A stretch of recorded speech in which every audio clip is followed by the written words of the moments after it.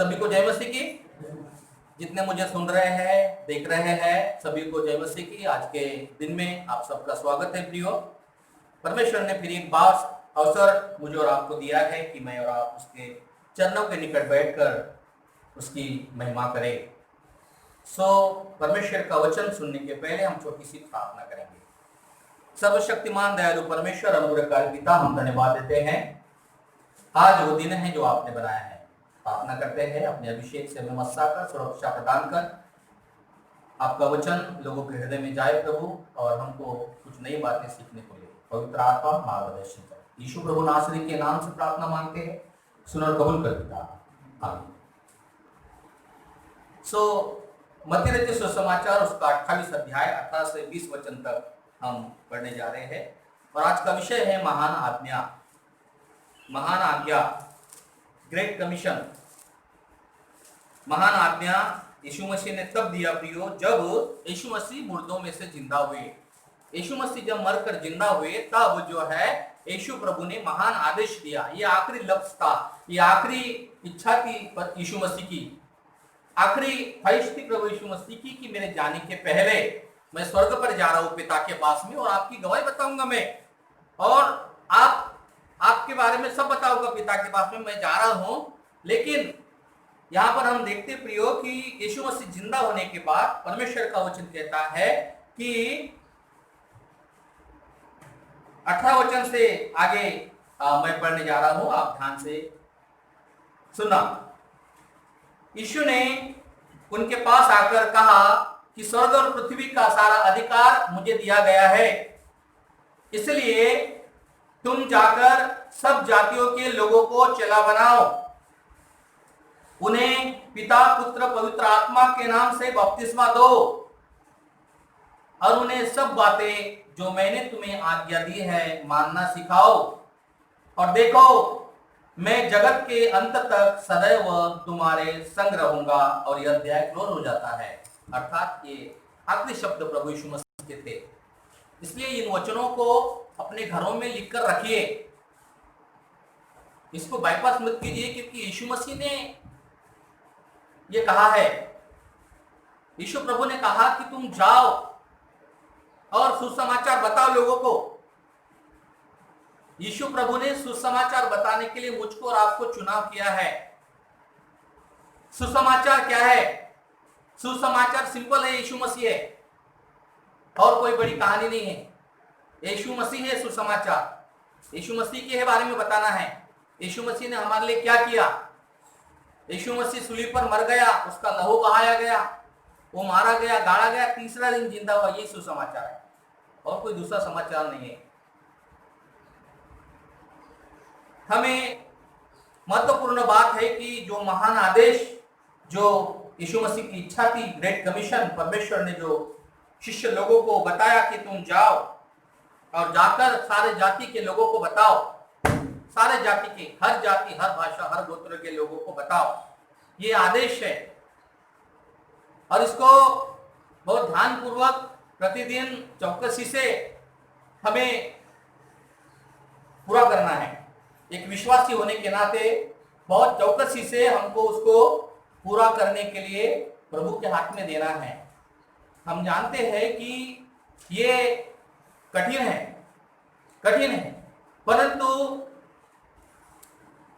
परंतु परमेश्वर अगर हमारे साथ में है तो कोई बात कठिन नहीं।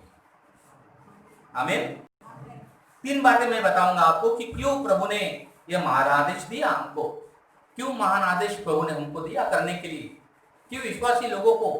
अविश्वासी लोग जो प्रभु को नहीं जानते, वो नहीं जानते हैं सुसमाचार क्या है।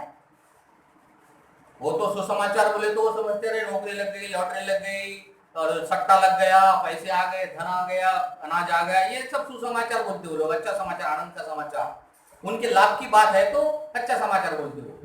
लेकिन विश्वासी लोगों ने जानना इस बात को कि यीशु मसीह का मारा जाना, गाड़ा जाना, जी उठना, उसका लहू बहाना, पापों के लिए क्षमा देना, और वो जी उठना और स्वर्ग में जाना और वापस आना, ये सुसमाचार इंपॉर्टेंट। हमें क्यों सुसमाचार जो है बताना है? देखिए, पहला जो बात है, लोग भटक गए हैं।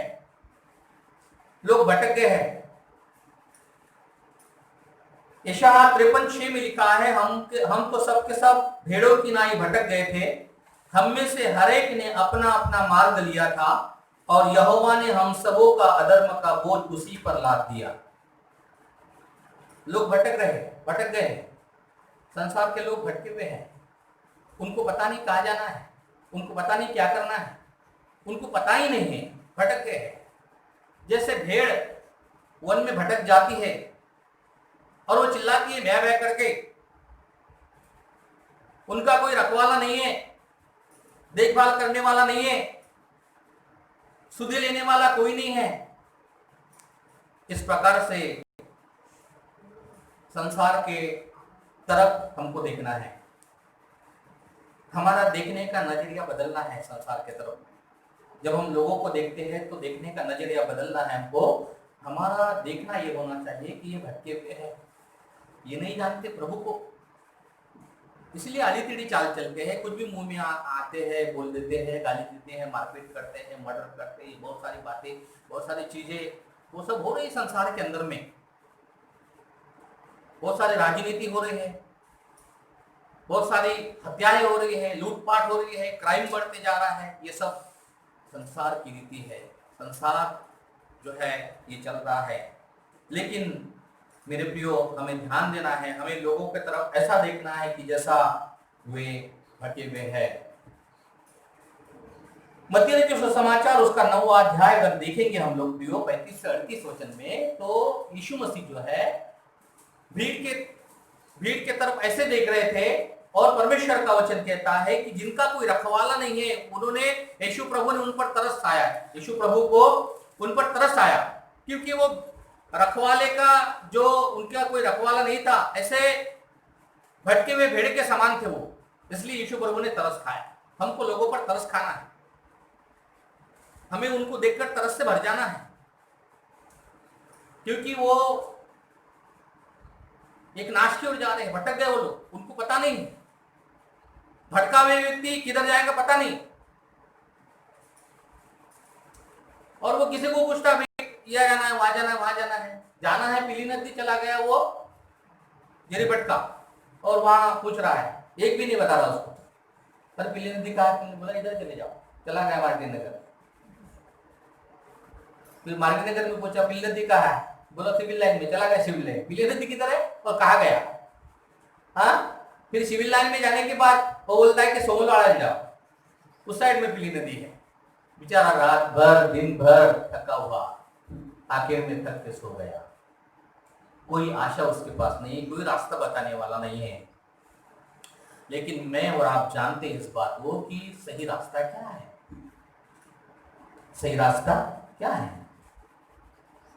यीशु प्रभु ने एक उदाहरण दिया लूका के 15 अध्याय में। एक व्यक्ति की 100 भेड़ें थी, और जंगल में उसने भेड़ों को पानी वानी पिलाया, और शाम के समय जब निकला वो तो गिन रहा था वो भेड़ों को, और गिनते गिनते एक भेड़ कम दिखी उसको, और वो चिंतित हो गया, भेड़ कहाँ गई? मैं लाया था 100 भेड़ें बराबर, तब मुझे समझ में नहीं आ रहा भेड़ कहाँ गई, मेरा मालिक चिल्लाएगा मुझे। व्याकुल हो गया, 90 ने को वहीं छोड़ दिया, एक को देखने के लिए चला गया।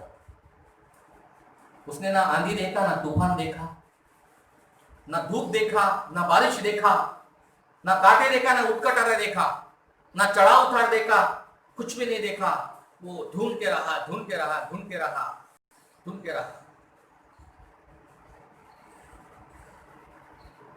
ना भूख है ना प्यास है, सब उसको ढूंढने के लिए रात दिन एक किया, और परमेश्वर का वचन कहता है कि उसको मिल गया, वो भेड़ मिल गई उसको। भेड़ मिल गई तो बहुत आनंदित हो गया, कंधे पर उठाया उसने, कांटे वगैरह निकाला, साफ किया उसको, भेड़ को चुमा, बोला कि कहाँ गई थी तू? अब भेड़ क्या बोलने वाली है क्या? लेकिन इसको आनंद हुआ कि मैं इतना कोशिश करके, इतना मेरी भूख और प्यास गंवा के मैं इसको ढूंढा और मिल गया, बहुत आनंदित हो गया, क्योंकि मालिक का डर था। हमारे मालिक का डर होना चाहिए हमको। परमेश्वर के पास जाना है, मैंने पहले बताया था, हम सबका न्याय होने वाला है। जैसे संसार चाल चलते वैसे चलने की आवश्यकता नहीं है। एक बोझ के साथ में, तरस के साथ में हमारे मालिक का डर होना चाहिए। जो लोग प्रभु में नहीं है वो इस प्रकार से है, भेड़ के समान है। रोमियो 3:11 और 12 वचन में लिखा है कि कोई समझदार नहीं, कोई परमेश्वर को खोजने वाला नहीं, सब भटक गए, सब निकम्मे बन गए, कोई भलाई करने वाला नहीं, एक भी नहीं।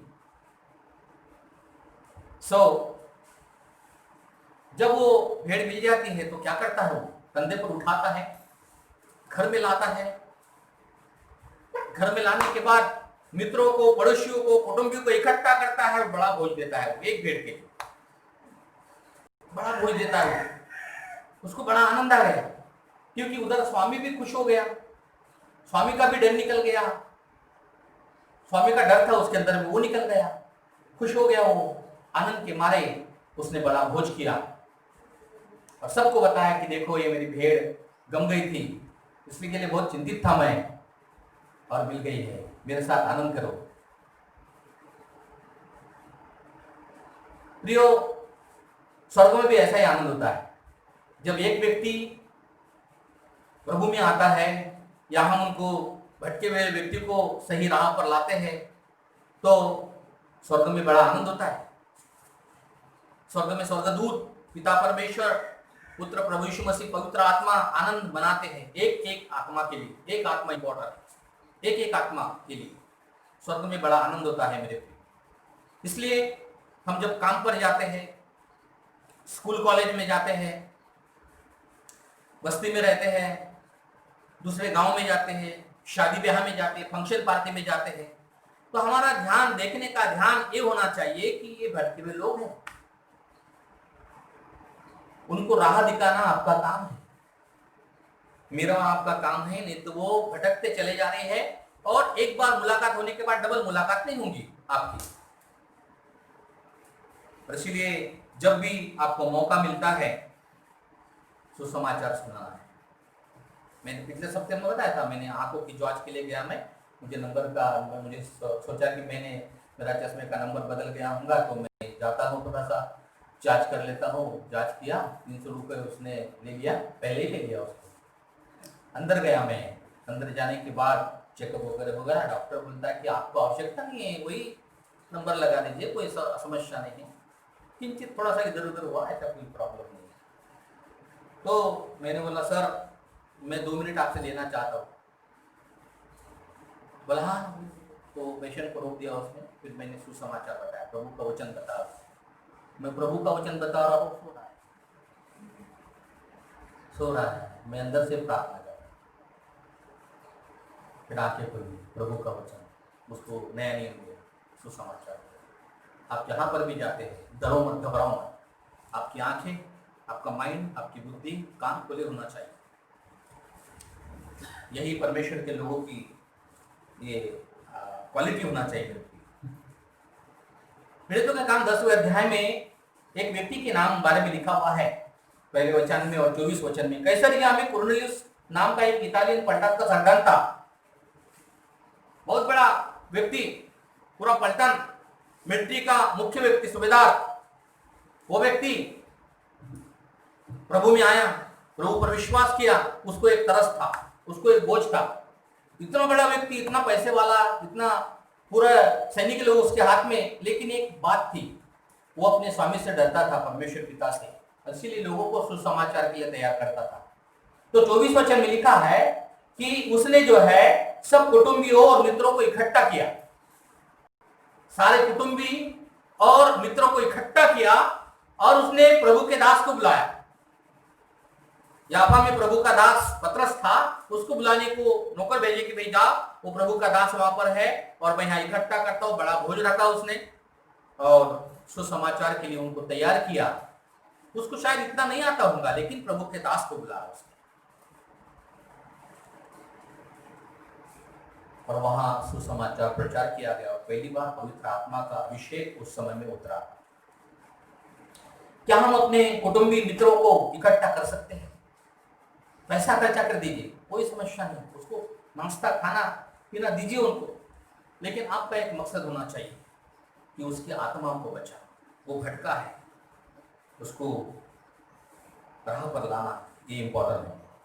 दूसरी बात, दूसरा पॉइंट मैं बताऊंगा आपको, मनुष्य का परमेश्वर के साथ संपर्क टूट गया है। क्यों महान आज्ञा हमको दी है? पहली बात मैंने बताया कि लोग भटके हुए हैं। दूसरी बात, मनुष्य का परमेश्वर के साथ संपर्क टूट गया है। सच्चा परमेश्वर को पहचानते नहीं वो लोग। आदम और हवा को जो परमेश्वर ने जब बनाया, परमेश्वर का वचन कहता है उत्पत्ति 3 अध्याय 8 और 9 वचन में कि आदम को मिलने के लिए, स्त्री को मिलने के लिए, स्त्री पुरुष को मिलने के लिए परमेश्वर पिता अदन की वाटिका में जाता था, आवाज लगाता था, आदम तू कहां है? और घंटों बातचीत करते थे, संगति रख सकते थे। एक दिन ऐसा ही हुआ जब वो आवाज लगाया परमेश्वर ने, आदम तू कहां है? कोई जवाब नहीं आया। झाड़ियों के पीछे से जवाब आया, मैं यहां हूं। बोला तू कहां है? आजा, हम बातचीत करेंगे, गपशप करेंगे, तू मेरा बेटा है, आजा। बोला मैं तेरा शब्द सुनकर डर गया, इसलिए झाड़ी के पीछे छुप गया। किसने बताया तुझे? तू मेरा बेटा है, पिताजी से कोई डरता है क्या? आजा। बोला मैं नंगा हो। किसने बताया तुझे नंगा है? कोई बात नहीं, आजा। पश्चाताप के लिए उसको मौका दिया। पिता ऐसा नहीं है, मौका दिया है, लेकिन उसके अंदर में शैतान का स्वभाव घुस गया, उसने आज्ञा नहीं मानी। और वहां पर हम देखते भी हो कि वो समय से परमेश्वर ने उसको चांस दिया, लेकिन वो प्रभु की ओर फिरा नहीं, संगति में आया नहीं, और इस कारण परमेश्वर ने उसको अपनी उपस्थिति से निकाल दिया, अदन की वाटिका से निकाल दिया, और फिर वहां पर करूब रखे, और फिर कभी वापस मनुष्य आया नहीं अदन की वाटिका। लेकिन परमेश्वर पिता का धन्यवाद हो, 2000 वर्ष पूर्व परमेश्वर पिता दयालु है, यीशु मसीह के द्वारा फिर से वो परमेश्वर के रूप में आया। यीशु प्रभु ने यूहन्ना 14 अध्याय में कहा, जिसने मुझे देखा है उसने पिता को देखा है। यीशु प्रभु ने कहा जिसने मुझे देखा है। फिलिप्पुस बोल रहा था पिता, यीशु मसीह आप बोलते हैं कि पिता को देखा, पिता कहाँ है? फिलिप्पुस, क्या मैं इतने दिन से तेरे साथ नहीं था? जिसने मुझे देखा उसने पिता को देखा, क्योंकि पिता मुझ में है और मैं पिता में हूं, हम दोनों एक हैं। प्रियो, यूहन्ना 15 अध्याय 1 और 2 वचन में यीशु मसीह कहते हैं मैं दाखलता हूं, तुम डालिया हो, मेरा पिता किसान है। यीशु मसीह कहते हैं कि मैं दाखलता हूं, मतलब पेड़, और जो शाखाएं है, डालिया है, वो तुम हो। और जो फल है वो पेड़ में नहीं आते हैं, वो डालिया में आते हैं। डालियां हरी भरी रहेंगी तो डालियों में फल लगा रहेगा, डाली काट कर अलग फेंक देंगे तो फल आएगा नहीं। लेकिन पेड़ जो है, जो तत्व है, उसको लगने वाले आवश्यक जो तत्व है वो उसको प्रोवाइड करते हैं।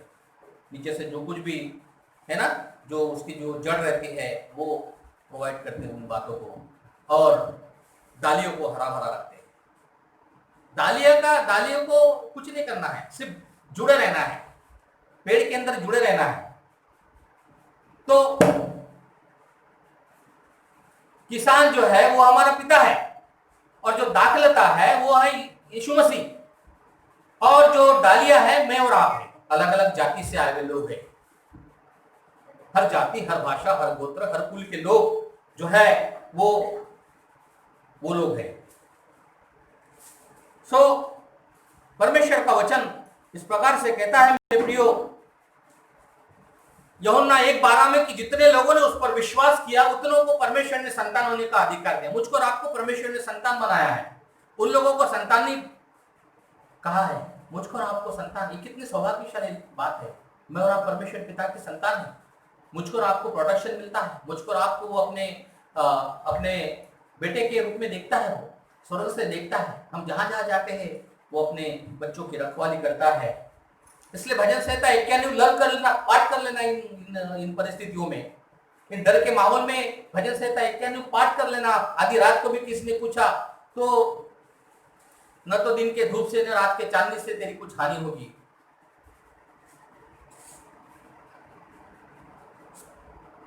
ना महामारी से तेरी कुछ हानि होगी, क्योंकि मैं तेरे साथ हूं। Praise the Lord. प्रियो, अब्राहम को परमेश्वर ने बेटा नहीं कहा। अब्राहम परमेश्वर का मित्र था। सबसे पहला विश्वासी अब्राहम ही है। विश्वासियों का मूल जो पिता है वो अब्राहम है। लेकिन अब्राहम को परमेश्वर ने बेटा नहीं बोला, मूसा को परमेश्वर ने बेटा नहीं बोला, एलिया को, यशाया को, किसको वो बेटा संबोधित नहीं किया है, क्योंकि उस समय में जो है अनुग्रह नहीं था।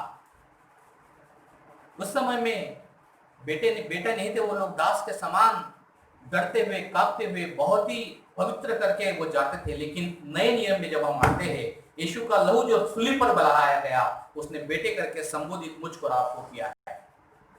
हम देखने में कैसे भी हो जाए, हमारे पास कुछ भी बुद्धि नहीं है या कुछ भी नहीं, कोई बात नहीं है। आप कोई भी घराने के हो, कोई भी कास्ट के, कोई जाति के हो, लेकिन प्रभु ने आपको संतान बनाया है और वो संतान जो है वो अपने पास बुलाने वाला है और हम सब लोग उसके पास जाने वाले हैं।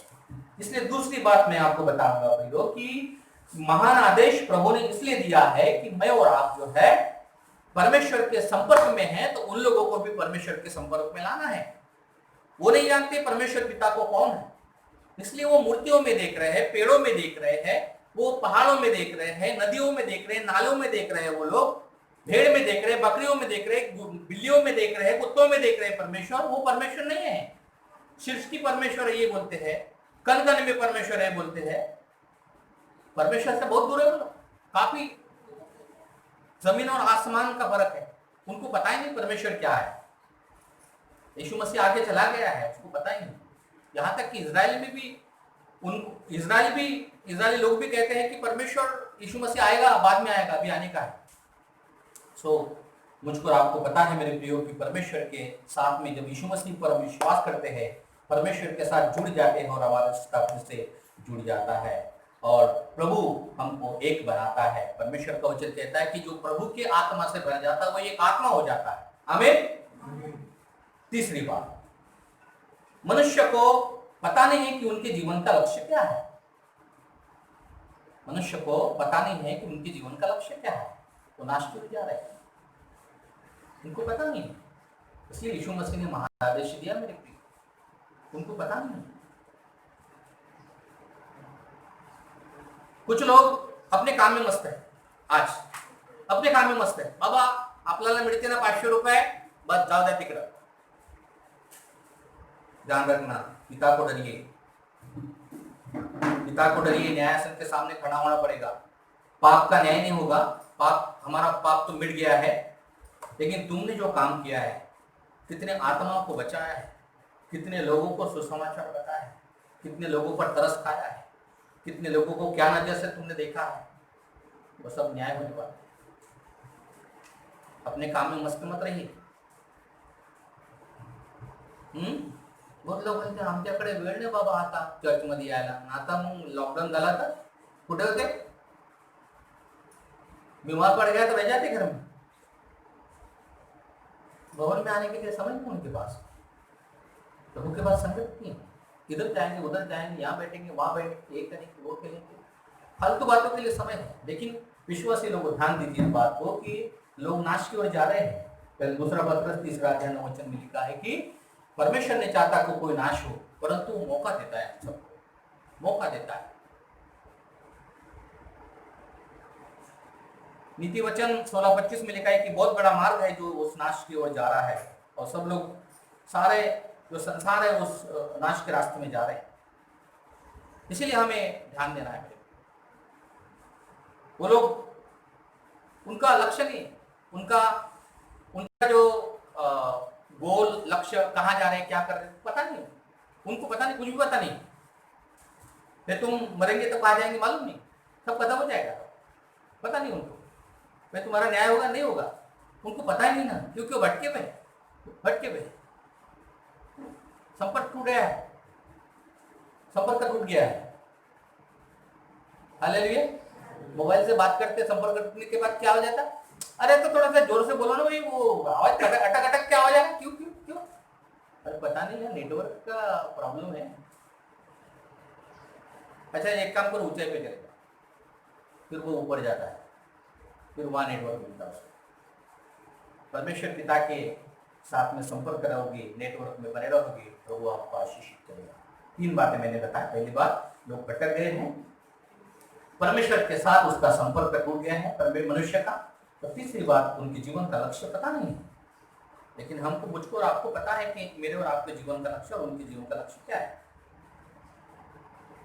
2 रास्ते हैं, 2 मार्ग, चलते हैं नरक, बस, और कुछ नहीं, नथिंग, कुछ नहीं। मुझे और आपको चौकस करना है। क्या करना है? 4 बातें बताऊंगा मैं आपको, लिख लीजिए। हमें क्या करना है, हमें क्या करना है, लिख लीजिए आप, लिख लीजिए और वैसा कीजिए आप। पहली बात, लोगों को पता नहीं है किसको बताना है सुसमाचार। बोलते हैं आम्हाला माहिती नाही बाबा कोणाला सांगायचं। तो मैं आपको बताऊं, सुसमाचार के लिए बहुत सारी जगह है। आपके रिश्तेदार हैं, आपके मित्र लोग हैं, करीबी लोग हैं, जहां ड्यूटी पर जाते हो वहां हैं, स्कूल कॉलेज में पढ़ते हैं, स्टूडेंट, आपके फ्रेंड लोग, इन्हीं को तो बताना है आपको। कहाँ जाना है? बम्बई भी चले जाना है क्या वहां? बम्बई जाना है? बम्बई की इतनी सारी गर्दी, आपको कोने में दबा देंगे वो, कहीं नहीं है, हमारे इर्द गिर्द लोग हैं। लेकिन आपल्याला बहाना 20 लोगों के नाम लिखना है। आज के बाद घर जाकर 20 लोगों के नाम लिखना है आपको, आपके पहचान वाले के, आपके पहचान वाले के 20 लोगों के नाम लिखना है। उनके लिए रोज प्रार्थना करना है, रोज प्रार्थना करना है, प्रभु ये मुझे चाहिए। प्रार्थना कीजिए, प्रार्थना कीजिए, एक दिन सक्सेसफुल प्रभु करेगा आपको। तीसरी बात, उनको सुसमाचार बताइए। केवल उनके नाम लिखे नहीं काफी नहीं है, उनको उनके लिए प्रार्थना करना काफी नहीं है, लेकिन उनको जाकर सुसमाचार बताएं। अभी क्रिसमस का समय आ रहा है, किताबें आ रही, मंगाया मैंने, हर एक को एक एक बक्सा मिलेगा। घर में अचार डालने नहीं, वो सब बक्से बांटने हैं आपको। 100 बक्से मंगाए मैंने आपको, एक एक बक्से में लगभग 100 है। क्रिसमस का गिफ्ट है वो, क्रिसमस की बुक्स है वो आ जाएंगे अगले महीने में। तो उनको देना है हमको, वो कुछ भी बोले हमारे विषय में, जी बोले, कोई डरने की आवश्यकता नहीं, सुसमाचार बताना है। अगर आपको डर लगता है उनको आमने सामने जाने के लिए, किताब देना पड़ेगी, डरने की तो आवश्यकता नहीं है। आपको बताएंगे तो अच्छा रहेगा, आमने सामने अच्छा रहेगा, बताना है, सुसमाचार बताना है। पतरस डरपोक व्यक्ति पीड़ितों के काम में खड़ा हो जाता है, और वो व्यक्ति केवल क्या बताता है? कुछ नहीं बताता है, वो यीशु मसीह के बारे में बताता है, और कुछ भी नहीं बता रहा। आप पढ़िए वहां पर, दूसरा अध्याय पढ़ना आप पीड़ितों के काम पे, वो कुछ भी नहीं बता रहा है, यीशु मसीह के बारे में बता रहा हो, पूरा यीशु मसीह के बारे में बता रहा हो। और बाइबल में लिखा है कि लोगों के हृदय छिद गए, और लोग बोले अभी हम क्या करेंगे? बोला क्या करो? यीशु मसीह पर विश्वास करो, बपतिस्मा लो। और 3000 लोगों ने बपतिस्मा लिया एक ही दिन। दूसरी बार में, दूसरे टर्म में 5000, हजारों हजार पत्र चलता था, उसकी परछाई से लोग चंगे होते थे, और उसका रुमाल कपड़े से चंगे होते थे। ये अभिषेक आपके जीवन से बहने लगेगा जब आप नियमों का पालन करोगे, जब आप प्रभु की आज्ञा मानेंगे। प्रियो, निश्चित रूप से प्रभु अद्भुत तरीके से इस्तेमाल करेगा। ये बोलने की आवश्यकता नहीं, मला काय घेत नहीं, आप सब कुछ कर सकते हैं। हमें चौथी बात जो है, उनको भवन में लाना है। क्या करना है? भवन में लाना है। बोलना भाई भवन में चलो, क्योंकि भवन में गवाही होती है, प्रार्थना होती है, संगति होती है, भवन में लाना है। तो प्रभु उनका उद्धार करेगा, आपको मुकुट मिलेगा। और जब हम लोग, हमारा न्याय होगा प्रियो, तो आपको बहुत सारे मुकुट मिलेंगे। जितने आत्मा बचा रहे उतना सारा मुकुट आपको मिलेगा। अगर आपने आत्मा बचाए नहीं तो आपकी फजीती होगी, वहां पर लज्जित होना पड़ेगा। लोग, सब लोगों को मुकुट मिल रहा है और मुझको नहीं मिल रहा है। परमेश्वर बोलेगा क्या ले रहा है जीवन? तू तो सिर्फ बैंगन बेचते रहेगा। हाँ, बैंगन बेचने में ही तेरा जीवन चला गया। हाँ, और क्या क्या काम किया? बोला प्रभु ये किया वो किया। अरे तो आत्मा कितनी बचाई है? बहुत, तू कितने पैसे कमाए, कितने पैसे कमाए, ये नहीं पूछ रहा हूं मैं। मेरे प्रिय लोगों, ध्यान देना इस बात को। पौलुस कहता है समय के अनुसार तुम्हें गुरु होना चाहिए, लेकिन तुम अभी दूध पी रहे हैं। अभी भी बच्चे के जैसे लोग करते हैं। 5 सालों के विश्वास में 10 सालों के बच्चे के जैसे अरे तू दूसरे के लिए प्रार्थना करो ना भाई। हाँ, सड़ दुखने के लिए प्रार्थना करो, दूसरों को बता रहा है भाई तू अच्छा नहीं कर अच्छी प्रार्थना कर, कुछ गलती हो गई दूसरे को प्रार्थना करना जिनको कुछ रोते रहते हैं, तो क्या हम दूसरों को बताएं। मेरे प्रिय लोगों, हमें चेला बनाना है। हालेलुया। सबसे पहले हमको चेला बनना है और चेला बनाना है। अगले सप्ताह में बताऊंगा मैं चेला किस प्रकार से बनना है हमको, और चर्च में 3 प्रकार के लोग रहते हैं वो बताऊंगा मैं आपको। आइए हम लोग प्रार्थना करेंगे। सर्वशक्तिमान दयालु परमेश्वर अनुग्रहकारी पिता, हम धन्यवाद देते हैं आज के दिन के लिए, सुंदर वचन के लिए। प्रभु, हमने बताया कि किस प्रकार से महान आदेश को हमको पूरा करना है और किस प्रकार क्यों हमको महान आदेश दिया, उसके लिए धन्यवाद देते हैं। प्रार्थना करते प्रभु जिस समय जितने मुझे सुन रहे हैं देख रहे हैं प्रभु, और जितने ने सुना सबको ब्लेस कर पवित्र आत्मा का अभिषेक को लोग से ढाप ले, अपनी आत्मा की भरपूर दे प्रभु। सारी महिमा करो आपको देते हैं। धन्यवाद। यीशु मसीह के नाम से प्रार्थना मांगते हैं, सुनो।